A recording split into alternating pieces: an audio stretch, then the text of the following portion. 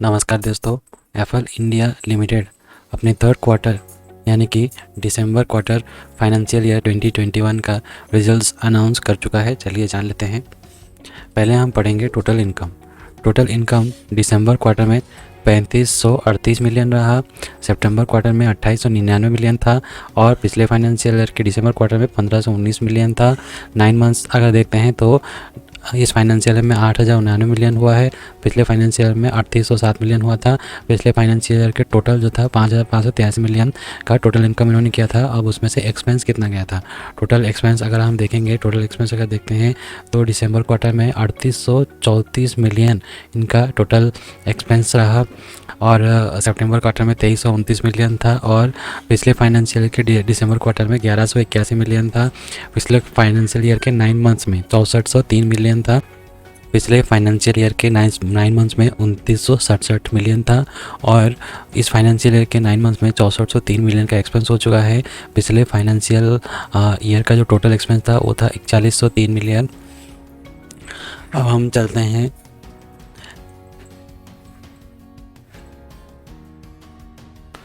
Total comprehensive income for the periods. Okay, December quarter में 628 million का profit हुआ है, सितंबर क्वार्टर में 479 मिलियन का प्रॉफिट हुआ था और पिछले फाइनेंशियल ईयर के दिसंबर क्वार्टर में 285 मिलियन का प्रॉफिट हुआ था। अगर इन नंबर्स को कंपेयर करते हैं तो देखेंगे कि अर्निंग्स जो है ये ऑन ईयर के बेसिस पे डबल्स हो गया है और क्वार्टर एंड क्वार्टर के बेसिस पे 50% से भी ज़्यादा हुआ है। और अगर 9 मंथ एंडेड डाटा को हम देखते हैं तो 708 का 1500 हो गया है, यानी कि डबल हो गया है। और पिछले फाइनेंशियल ईयर का टोटल जो अगर हम देखते हैं तो 1295 मिलियन था। अब हम देखते हैं अर्निंग्स पर शेयर।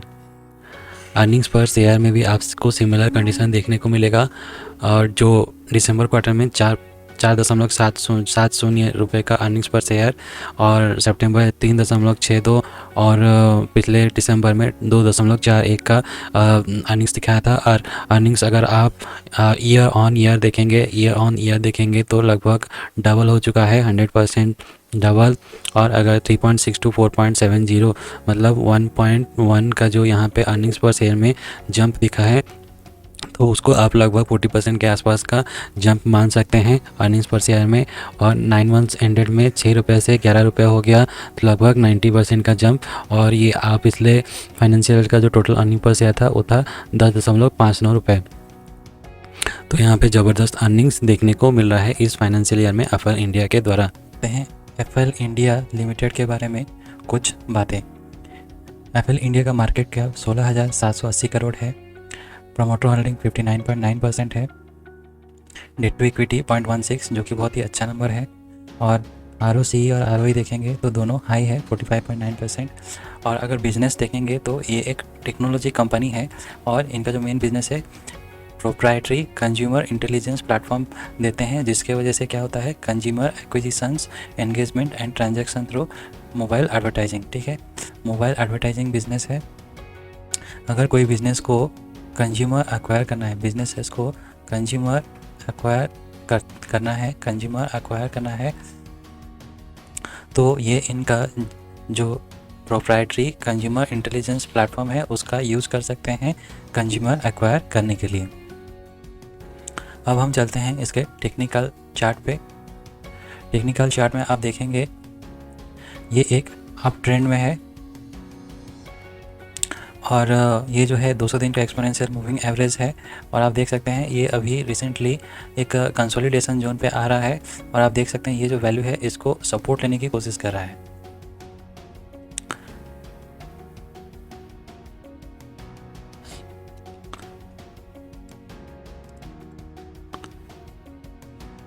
ये जो वैल्यू है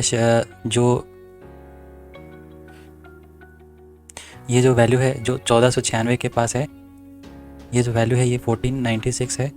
आप देख सकते हैं यहाँ पे स्टॉक ओवरसोल्ड रीजन में चल दिया था तो एक थोड़ा सा कंसोलिडेशन दिखा रहा है, पर आप देख सकते हैं ये जो वैल्यू है 1259 ये एक सपोर्ट की तरह एक्ट कर रहा है। ये एक रेजिस्टेंस हो गया इसका और ये हो गया सपोर्ट ये पीछे पहले एक रेजिस्टेंस की तरह काम किया था, जहाँ पर कि इसने यहाँ पे सक्सेसफुली वॉल्यूम के साथ ब्रेक किया है। तो यहाँ पे ये अभी सपोर्ट बन गया है। अगर ये सपोर्ट टूटता है तो ये वाला वैल्यू इसके रेजिस्टेंस की तरह काम करेगा, और ये जो वैल्यू है ये है 1062। ये 1062 का जो वैल्यू है, अगर स्टॉक नीचे आता है तो 1062 का सपोर्ट की तरह काम करेगा, और थोड़ा से ये यहाँ के ऐसे थोड़ा बाउंस बैक कर सकता है। और अगर फिर से ये ऐसे बाउंस बैक नहीं करता है तो ये हेड एंड शोल्डर पैटर्न बन जाएगा और स्टॉक नीचे आने की चांसेस बढ़ जाएंगे। पर यहाँ से अगर स्टॉक रिवाइज ले लेता है, यहाँ से अगर स्टॉक रिटर्न ले लेता है तो एक नया हाई बन सकता है। नया हाई बन सकता है, आप देख सकते हैं नया हाई जो है वो उसका 1750 तक जा सकता है। रेजिस्टेंस की तरह ये जोन काम करेगा, और उसके बाद जो नया हाई है वो 1750 तक का बन सकता है। तो दोस्तों ये था F1 इंडिया का Q3 ऑफ फाइनेंशियल 2021 का रिज़ल्ट अपडेट। इसी तरह और रिज़ल्ट अपडेट पाने के लिए चैनल को लाइक, शेयर और सब्सक्राइब करना ना भूलें, और बेल आइकन को दबाना ना भूलें, और अपना सुझाव कमेंट बॉक्स में लिखें। धन्यवाद।